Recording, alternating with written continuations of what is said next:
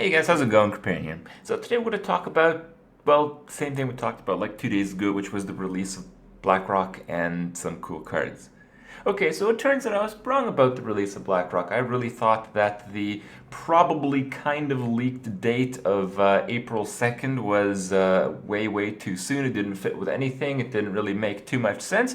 Well, it turns out it was true. Blackrock Mountain is in fact coming out April 2nd in America and April 3rd in Europe, which basically means it comes out April 3rd for me. But yeah, it's pretty interesting to see how they're going to roll out the content because typically they update things on a Tuesday. So we might see a very short first wing release, which might be pretty cool. They kind of accelerate the content a little bit, or we might see the first wing last, something like 10 days, a little bit longer than a week, or we might just see them patching Hearthstone on Fridays from now on. So that's a little bit interesting, but basically kind of irrelevant. It's just information that weird people like me use to predict things.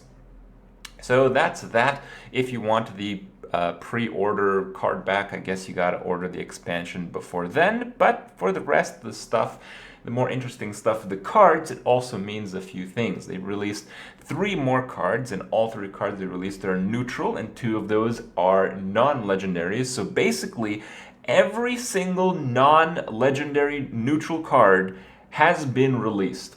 And well, they're all dragons. That's kind of good for the dragon thing, but it's also important because you have basically the full picture of what's going on. Because, well, yes, there are 3 more legendaries that are yet to be released. Maybe all 3 of those are dragons, but it's quite likely, in fact, almost certain in the recent history of released legendary cards that they're going to suck. So let's get to the cards that don't suck. The first card released is Volcanic Drake. It's 6 for a 6/4, and it costs 1 less for each minion that died this turn. And it is a dragon, and this is really relevant because there's a lot of dragon-themed cards, a lot of holding the dragon type of things, and this is the type of card that you want to be holding for the perfect scenario where you can tempo out like crazy. So this card is really good if you haven't noticed. It's really good in Arena and in Constructed. I think we'll see a lot of decks at least try to use this card, and I think they will be very successful because, well, it's really easy to kill 2 creatures in 1 turn. It shares the mechanic with Dragon's Breath, I think it was, the mage card released, and it's kind of the same parameters. How difficult is it to set up these scenarios, and how good is it in respect to those difficulties? So if you want to play Volcanic Drake, it's kind of like a creature. It's kind of like, yeah, you just play it. You just dunk it on the board. With Dragon's Breath, it's a little bit different because after you kill a bunch of shit, for it to be useful, you gotta kill more shit. So, if you have like a Flame Strike and then you Dragon Breath, there may not be anything left to Dragon's Breath, even though it costs nothing. So it's still not that useful in that situation most of the time, for instance. But Volcanic Drake, if you Flame Strike their board, kill 6 things, which is basically a dream, you can, further improve that dream by slamming down a Volcanic Drake. And it's not wasteful, it's actually completely amazing. So in the extreme case, this card is ridiculous, okay? Now, in the more conservative case, I think it's fair to say that any given game, especially in Arena, going from turn 2, 3, or 4, there's going to be a case where 1 creature trades for another creature, which results in both of them dying. So basically, this card, at worst case, is a 6/4 for 4 mana, and it's a dragon. And in Arena, being a dragon is pretty nice because some of the dragon holding effects are really awesome, and it's kind of nice to increase your diversity. So while there are some cases where this card won't be as good as a Yeti, I mean, I think it will be way better than a Yeti, but let's just say that, the most you can reduce this card ever by is 2 mana, so it'll be a 4-drop. I'd rather have a 6/4 dragon than a 4/5 nothing, which is the Yeti, for instance. So basically what I'm saying is this card is absolutely bonkers, okay? It's absolutely insane. There are some scenarios, there are some decks that really fit this type of card even better than the very general case. So if you're playing Paladin, you can get all those little dudes that you can sacrifice. It works with like muster for battle. You can like muster for battle on turn 3. You can start sacrificing some guys to kill one of their guys, and suddenly Volcanic Drake costs 2 mana, and maybe you have 2 of them, and maybe on turn 4 you do double Volcanic Drake and your opponent is super sad. It's a big creature, it has the 6 attack, and it doesn't have the 7 attack, which is really important because it doesn't die to big game. And, against, when you're playing as like the Zooey type of decks, like the Warlock Zoo and maybe even like Mech Mage, really, just because you're able to populate the board so quickly early on, enables you to have the option of tempoing up your opponent further when you need to trade your creatures into his. So all around, this card is awesome. It's just good by itself, but it is ridiculous in some decks.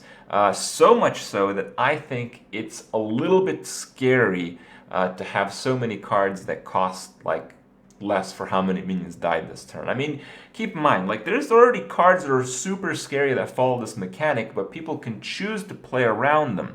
This is not a card you can really choose to play around. As an example, you can choose to play on Molten Giant. Molten Giant has a very similar mechanic where it can cost 0.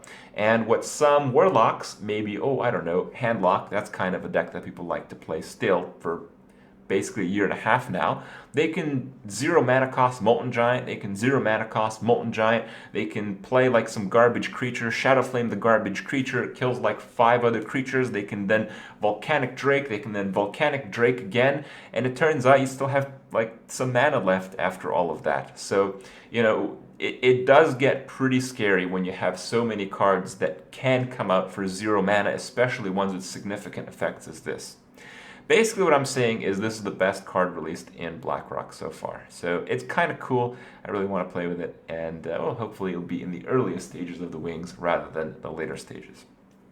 On to the next card, we have Dragonoid Crusher. It's 6 mana for a 6/6, also a dragon. All the cards they released today are dragons, and he has the battlecraft. Your opponent has 15 or less health, it gains +3/+3, and it basically becomes a 9/9. So some people have mentioned that this is a pretty cool mechanic and constructed because often warriors tend to lose a lot of life and then gain a lot of armor, and this kind of makes them have a little bit more of a complicated decision-making process, which is pretty good, and I think it's relevant because people still play warrior. Actually, in this season, I don't think I've lost a single game from rank 12 to rank 6 playing warrior. So yes, warrior is still really good just because it has a little defensive tools, and this card might be played.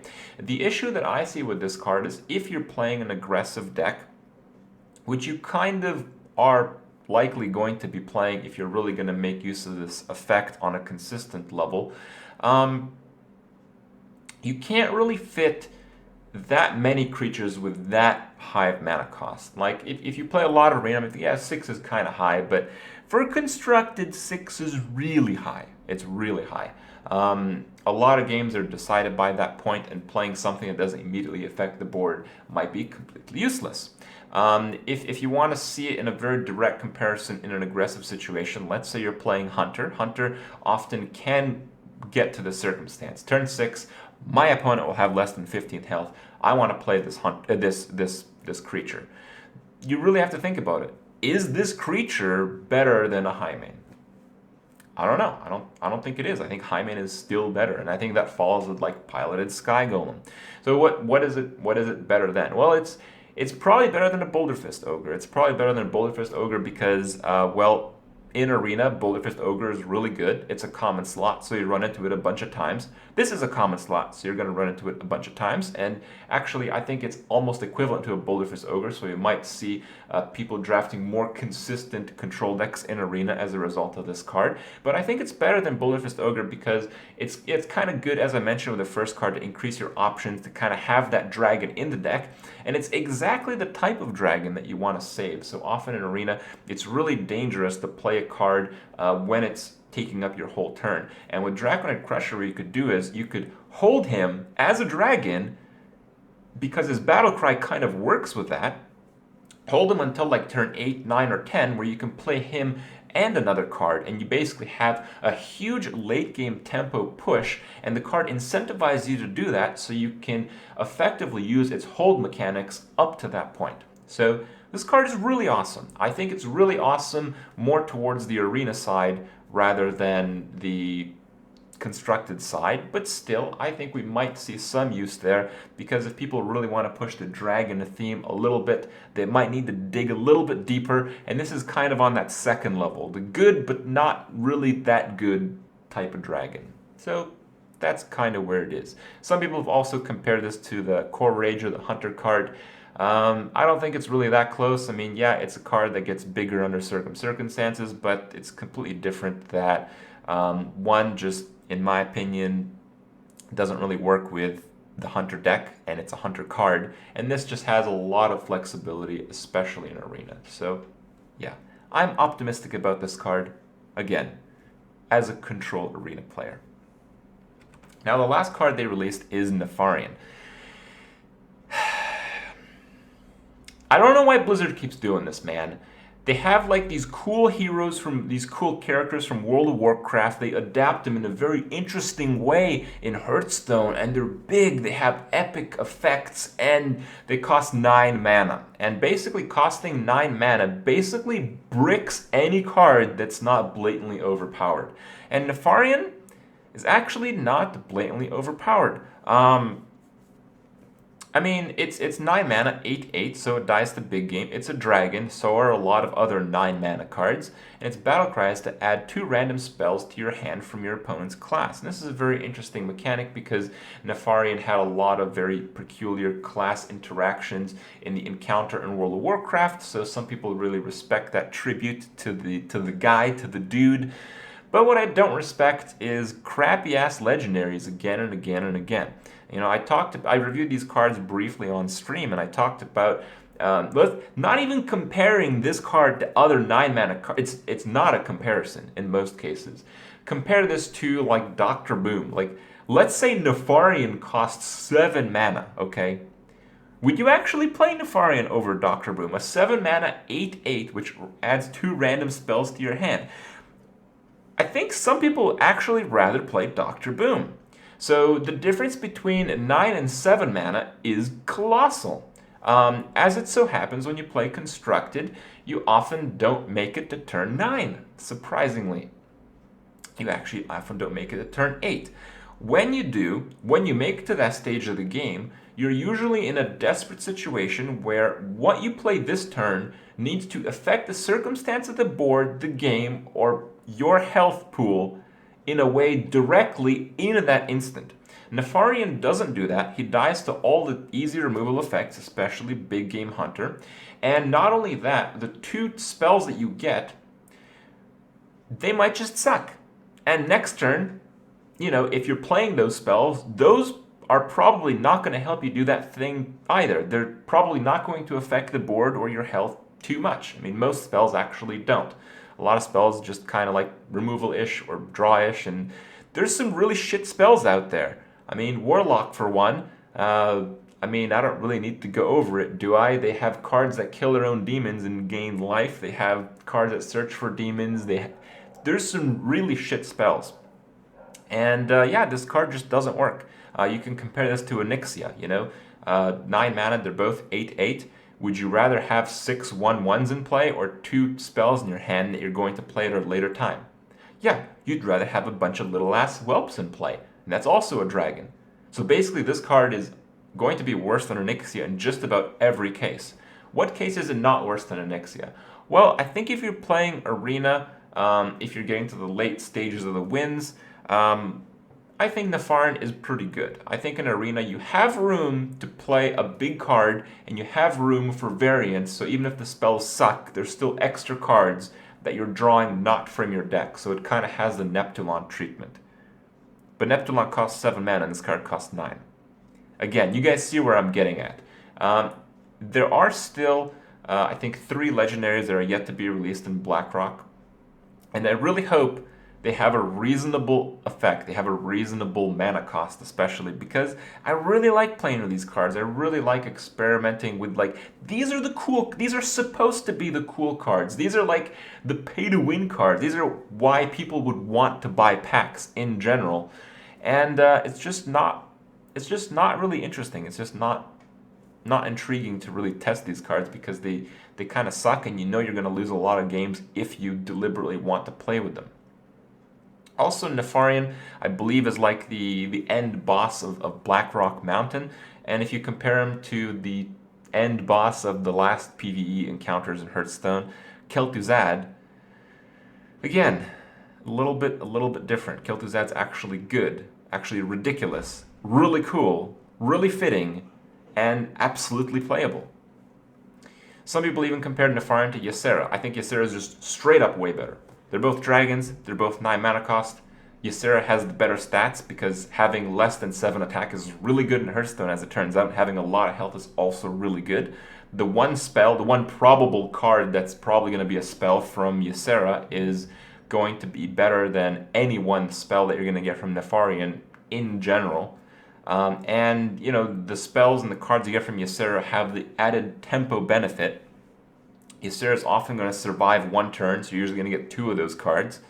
It's just better than Nefarian on every level. So let's hope the legendary disappointments don't continue. But it's important to know that the cards that are yet to be released, yet to be announced at least, from the Blackrock expansion are the 3 neutral legendaries and all the remaining class cards. And considering that the expansion is coming up in 1 week from now, we will probably see them come out probably in some kind of bulk. Blizzard doesn't usually announce stuff on the weekend because, well, they don't work on the weekend. So basically we have like a little bit of a break. A few days from now you might see just a big dump of new cards. And it's probably a good thing. So probably the next card review is going to include lots of different things, but I don't imagine too many things will change in the big picture, as usually it's the neutral cards that dictate how things swing, though sometimes it's the really overpowered class cards, which we haven't seen too many of in this expansion. Anyway, that's it for me. That's it for these released Dragons of the Blackrock. Hope you guys enjoyed it. I know I'm going to enjoy Blackrock so much, and I'm so happy it's coming out much sooner than really anyone had anticipated. So, it's all good. Hope you guys enjoyed the review, and I'll see you guys tomorrow.